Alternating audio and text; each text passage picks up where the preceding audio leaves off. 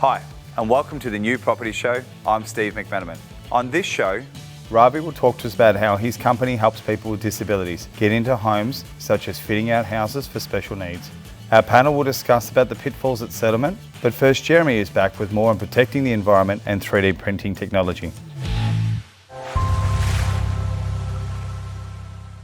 Jeremy, welcome back to the New Property Show. Great to have you back. Thanks, Steve. It's a pleasure. I'd like to, for the people that are just building with a volume builder out there and that they're not utilising your services, they're just watching and they're thinking about green, what are 3 to 5 things they could just rattle off that they could ask their builder to consider when building their new home? Okay, first of all, I just want to say that this website is written in just a logical, non-highfalutin way, and I would recommend that if you're interested in buying a home or building a home, go there, you'll understand what the concepts are, you'll understand what you need to do to achieve a low impact, and you'll be able to then have the knowledge and the words to discuss with the designer or with a builder what you're after. So that's the first thing. But in practical terms, okay, what do you want to do? You want a home that is reasonably well insulated. The National Construction Code is now moving to 7 stars. So I'd be suggesting that you look around for designs that are already 7 stars. The 7 stars, the star bands go from 0 to 10. 10 stars, theoretically, a home that needs no mechanical heating and cooling. So it's pretty efficient shell already. And then on top of that, water, about 25% of your energy goes to your hot water. So if you want low hot water bills, the technology of choice there is heat pump hot water. Excellent. It's about 1/3 the energy of gas hot water or resistance hot water, so go with that. And then one thing that those people going to a project home can actually have control over is the appliances that you go into your house.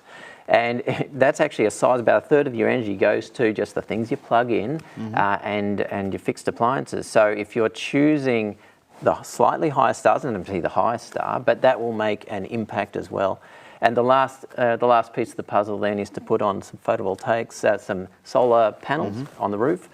And we've found that if you take the approach of building efficiently, and that's a whole nother conversation, how to actually build to meet that thermal performance, and you stock the house with efficient appliances, then somewhere around 5 to 6 kilowatts of solar panels on the roof is usually enough to start breaking even. And when you consider that 6.6 kilowatts is the average minimum size, this really is something that could be rolled out to the industry more broadly. So just in layman's terms, basically what I'm hearing is buy a house that's 7 stars, consider your appliances, pick your builder that's focused on sustainable building, first of all, so you're not having to reinvent the wheel, and be considerate and cost conscious when making a decision when buying a new home. But have a look at what some of the technology might be in 2030 and see if you can implement that now. So therefore getting probably a 7 or an 8 star home, and of course reach out to you. Very interested to get your thoughts on 3D printing and where you see that going in the future. What are your thoughts on it? Look, as we do design as well in our firm, it would be lovely to get to a point that I can almost just press a button and we get a house printed out. One thing, if we're looking from a sustainability point of view, one thing that I hate is going to a tip and chucking things into a big hole. It just seems ridiculous to me. And printing a home has the potential advantage that it has a lot less waste to it. You print out what you need and nothing more. We do need to be careful, of course. Any technology can be good, or it can be, it can be evil. So we need to look at what materials the house is still being made out of, what the energy intensity of producing those materials is, and more importantly, what the lifespan, and at the end of life, can those materials be taken apart, go back into the feedstock for new homes? Because when we're thinking about trying to be a building industry long term, we've got to get away from the model of building something and it ending up in a hole in the ground. We've got to get circular thinking into it. And printing a home could be part of that as long as those things are kept in mind when they're designing them. One of the biggest challenges with printing a home, apart from the, I guess, the material made to construct it, and I would almost suggest that we should get to a position almost like how they recycle tyres, where you grab stuff out of the tip and you could almost put it through a mincer and then produce that into the home. So there could be another way of recycling, separate topic, but something I think is important. But one of the biggest issues is water. And I have heard they're trying to use seawater to actually do that. And the other question that was put forward is there a way to print a home without water? That's something they're working on at the moment. Very interested for the guys and girls that are watching that are in 3D printing to actually answer some of those questions. I do think it's quite exciting. They did put some stats out. They were talking about, I guess in their 3D printing world, they wanted to have 30% of homes printed by 2030. I don't foresee that as achievable, but maybe my estimate would be 5 to 7%. But it's very interesting moving forward with sustainability, 3D printing working together, and of course maybe some modular homes just to see what happens. So I guess we'll only know in a few years from now. Well, certainly. I mean, one of the benefits may be at the moment in the construction industry, gaps and cracks, missing insulation, those sorts of things. With 3D printing, it should be seamless. Beautiful. Yeah. Great topic. We'll speak to you about it again soon. Thanks, Steve.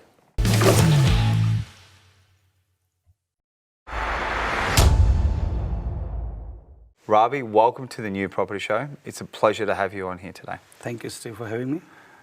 Your business, Sunrise to Sunrise. It's a big business, specialises in NDIS facilities. You've got quite a large staff, but I mean, let's go back and see how this business was established. How long have you been in business? Sunrise to Sunrise, it says from the name, 24/7 support. I've been running the organization 5 years by this November. How it all started, so I was involved into the NDIS transition to the Victoria as a new way of helping people with disability. And I saw that the education around the changes was not done as much as it's supposed to be or should have been done. I started helping back in 2018. I started helping some families to get their plan utilized properly, correctly understand the price guide, so on. And then we decided to help more families and more participants. 2018, when we started with one participant helping in the community, and from that day to where we are today, the motto and the work we do is providing the personalized support. So we don't have a box service that this is what you get. We work on what works for participant, what requirement they have, and we tailor the support around that, from training to all the way to delivering the right qualified support. Sunrise to Sunrise, currently servicing participant who is being very complex, and some is like top of the complexity on Victoria, where we found that they were not being able to given a right structure of support. So we call it a therapeutical model. And how it works is that we work with the therapy, behavior specialists, occupation therapists, and complex team from NDIS. Go outside the home. Yep. Outside of home.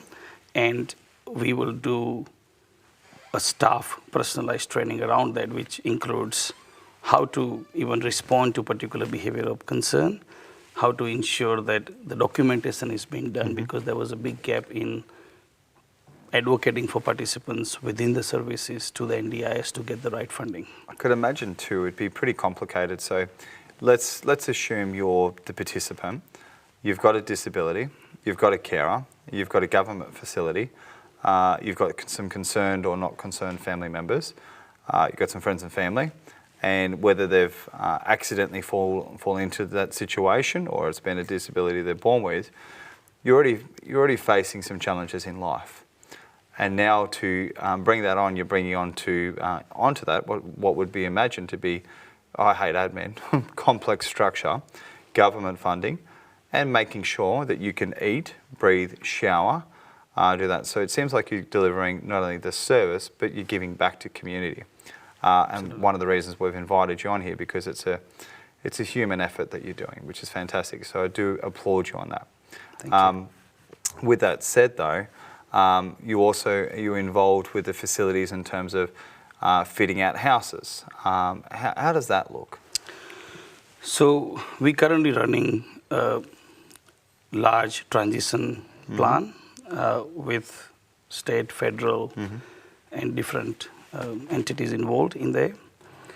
A lot of people coming out from the mental facilities. A lot of people, participants who has been put into the aged care where they doesn't belong to because of their age, but not having the enough housing available, they've been put in that situation. What we do, we look at individual needs, and we don't go, okay, these are the 10 houses available, pick one. We go with the family and say, okay, where do you want your loved one to be living? And most probably they have preference of location, so we work through that channel to secure the property, make modification as required for the participant to help them with the regulation of day-to-day support. And as you rightly said, is about not taking a step to go far as we are going to look at somebody's goal is to go on Gold Coast. But current presentation and the needs are different. So in order to work towards that goal, every single day, every participant being addressed and given a scripted response through the therapy support, through our staff is key. Now, there's a big gap in the system around the housing. So what we've done is we worked with a lot of SDA providers, and we also work with a lot of the private investor and so on who can really commit to the home the way we wanted to build and the way what works for participant. So a lot of consultation, a lot of discussion before even the home come in place. The transition, the largest transition program which we're working on from the hospital discharge to the complex crisis, that is like before I came to this, so I had a meeting, and when you sit down and hear what they have gone through, it is painful. But being able to navigate the system and being able to say that, hey, you know what, there is an option, this is how we're going to navigate, and these are the options we're going to give you, and you go and make a decision. So keeping the participant and family at the center of making choice and control, but providing our experience. So I've been working in the industry for nearly 16 years, and I've done a lot of different roles before I started the organization. So bringing that experience, having the solid team into the office with the 100 years combined experience of a lot of my senior managers, and being able to spend enough time to ensure that we are not missing anything. It could be simple as the participant needs a vehicle which has this particular car seat, and then really working through source that and have if we just put it in simplicity, and I know we're not going to put it into boxes, but there'd be a few things, and just maybe help me with the categories. So there's going to be transportation, there's going to be housing, then there's going to be care, rehabilitation, education if they have some goals and they'd like to do that. There's also some spiritual connection in there if they've got some duties that they'd like to fulfill. Absolutely. Then you've got family wishes to fulfill. Then you also have location to overcome. And then you also have funding also to consider. Is there anything else that's missing in there? Because obviously I know it's a 24/7, it's basically from A to Z. It is. Is there anything I've missed there? Advocacy. Yeah. So what we're finding is that what is happening on the ground is not reaching to the people who is approving those funds. And loses things. energy. Yeah. So continuity of that advocacy through the technology, through the right reporting, through the consistently follow up every fortnight or monthly, depending on the participant. And that is what allows us to ensure that the quality of the support can continue for the participant for the growth, because it's a long-term process. It's not 6-month build, you build the house. This is a participant or the person changes, and that could have been because they've been in trauma background, or they had whatever the history could be, or they're born with it, as you said. It's about looking at the person as a person and not as a disability, and working through that. Now, when we talk about the properties, what we're finding is a lot of businesses. So let me talk about 4 years ago. Yeah, 4 years ago, you go and say somebody SDA, supported disability accommodation, and they wouldn't know much about it. Thanks to the lot of incentive by government around the dollar values, people decided, wow, that's great, let's start building the house. What you see in there is a massive gap, because those investors, all the builders are not looking at providers like us who works on the ground day to day. So what required through this, so I would appeal people that if you are investing into SDAs, do that, absolutely. But have a condition with whoever you're dealing with that have you consulted a SIL provider, supported independent provider who is really going to deliver day to day. I think what we would find there, and I'm going to invite you back onto the New Property Show because this is such a interesting topic, is that some investors, and depending on who they are, and typically I deal with a lot of co-living. I've got friends that sell NDIS. There's also the renovation side of this to make an existing house converted. But we forget the mission. And the mission is to, if you're going to buy an NDIS provided home and for getting the return, because they're quite aggressive and they are very generous, but buy it also for the right reason. Buy it because you're providing life and opportunity to somebody, and make sure you've got the right provider behind you so that you don't, so that one, your investment, which I think you need to protect yourself, doesn't fall through the cracks, but two, the person gets the duty of care, whether it's a low, medium or high level of care. It's important. And I want to thank you for what you're doing for people.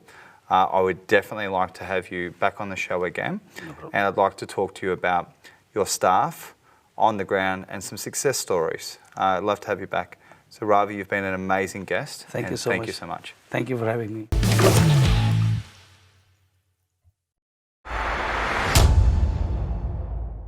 Thanks for joining us on this week's panel.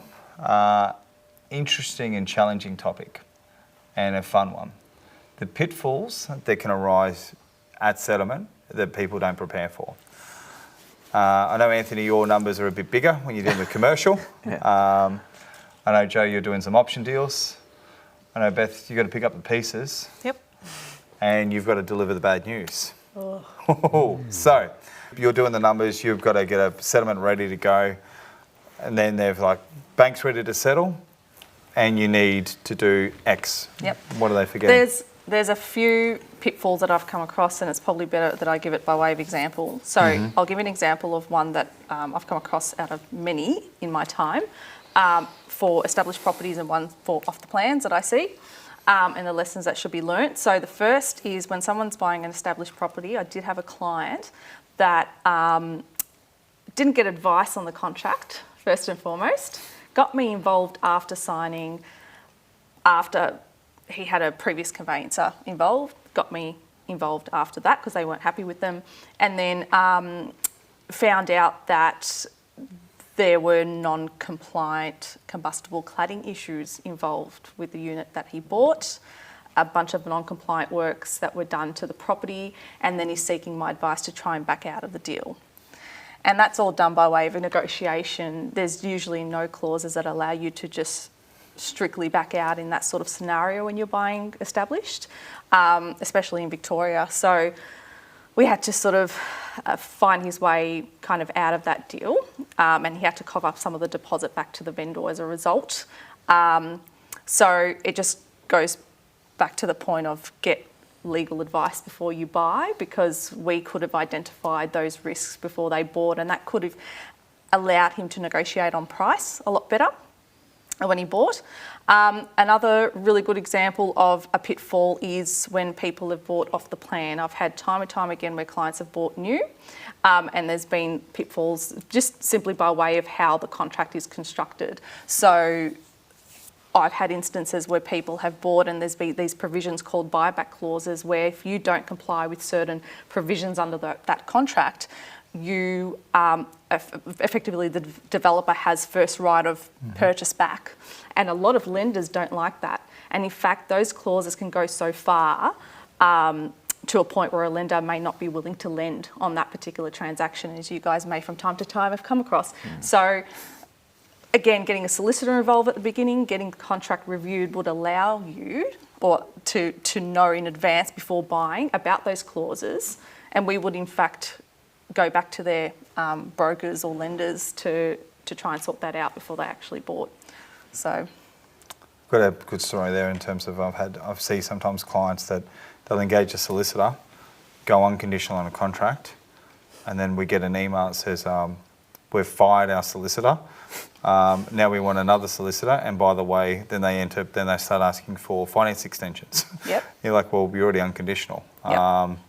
And they think just by changing solicitors they can do that, and I think obviously get the right advice to begin with before you actually sign a contract. yeah, and make sure that the time frames for getting your loan, dealing with. exactly, making sure the time frames for getting your loan are actually reasonable. So getting that advice up front before buying, again, another reason why to get a lawyer involved. Okay, any pitfalls? Many pitfalls, many pitfalls, particularly with development sites. So one of the pitfalls, major ones, is going to be the valuation. So getting that valuation to stack up. You may know it's a good site, you've done your numbers, you're confident it's a deal that works, but obviously to get finance, you have to get the valuation right. So if the valuation doesn't stack up, you're in trouble. You're going to have to raise funds from somewhere. So I've done multiple developments, dealt with multiple brokers. I think it's very important that you have a great legal team, great legal advice. So you've got someone who you can talk to. Like, so many people are scared to speak to their lawyer. Don't want to disturb them, don't want to bother them, scared that they might get stung with a bill. You need someone to manage the whole process. So, for me, with the broker, I found that most brokers that I've been dealing with anyway, they're always very positive. Like, oh yeah, we're going to be fine, we're going to settle on time. Now, people are laughing. Now, because if you don't settle on time, you can be in trouble, depending on the state. Okay, so New South Wales, Victoria, okay, you can get extensions, it's okay. Queensland, you can't. You've got to settle on the day. Yep. Isn't there still that 14-day grace period? No. Unfortunately, Not in Queensland. Not in Queensland. No. Not in Queensland. It's extremely nerve-wracking, Steve. I've been through it. And so for myself, I'm proactive. I'm speaking to my solicitor every day, what's happening, speaking to the brokers, trying to get an answer out of the banks. The banks, just in my experience, again, everyone's might be different, but they're sort of the higher power. They sort of, they're waltzing around. They'll answer you if they feel like it. You need to be ready. A lot of complications with the banks, and you need to be ready. Depending on if you deal with a new school solicitor versus somebody that likes writing checks, and you're trying to introduce PEXA. It's a tough one. Absolutely. It's a whole different. For people that understand PEXA, you understand PEXA. It's hard work. And then you've got some that just want to do a check settlement. And sometimes the reasons behind that are purely they don't have the money. They're buying their way, they're buying time. And I've seen that happen a lot with land deals, not necessarily build times. But there's always typically a way through it. But what about you, Anthony? What's sort of some of the pitfalls that you come across? There's been a few, obviously, and a couple that come to mind that were probably the most, we had to work really quickly. One was similar to off the plan purchase. So the build, like they signed a contract and it had all the specs and all the layout. The laundry was moved to another spot and it was smaller, and valuation actually came lower, and the client had come up with the money. Bank valuations are very conservative by nature. It's a way of the game. You're right. There is that. They do have the power sometimes, but it's, sometimes you can argue the valuation, get another one done, but we had to work very quickly. Luckily, we got another one through. And instead of the client paying 30 grand for the shortfall, they only paid 5. So because we fought the valuation. So you're right in saying you definitely do need the right experts around you. Now, lawyers, developers, builders, everyone needs to be on the same path. The other one I've had, which only just completed recently, was a commercial property purchase in Gold Coast. So as you guys said, there's literally the day comes and that's D-Day and that's it. The client has, clients, their business partners, multiple different entities. There's probably 14. One of them was going into liquidation. One of the business partners tried to hide that. We came up I dealt with CBA at this time. They said that this happened, and I've just gone, uh-oh. And we had something very quickly happen and come up. Luckily, that got excluded out of the deal completely. We were able to settle the finance because the penalties were ridiculous. On a $3 million purchase, they were huge.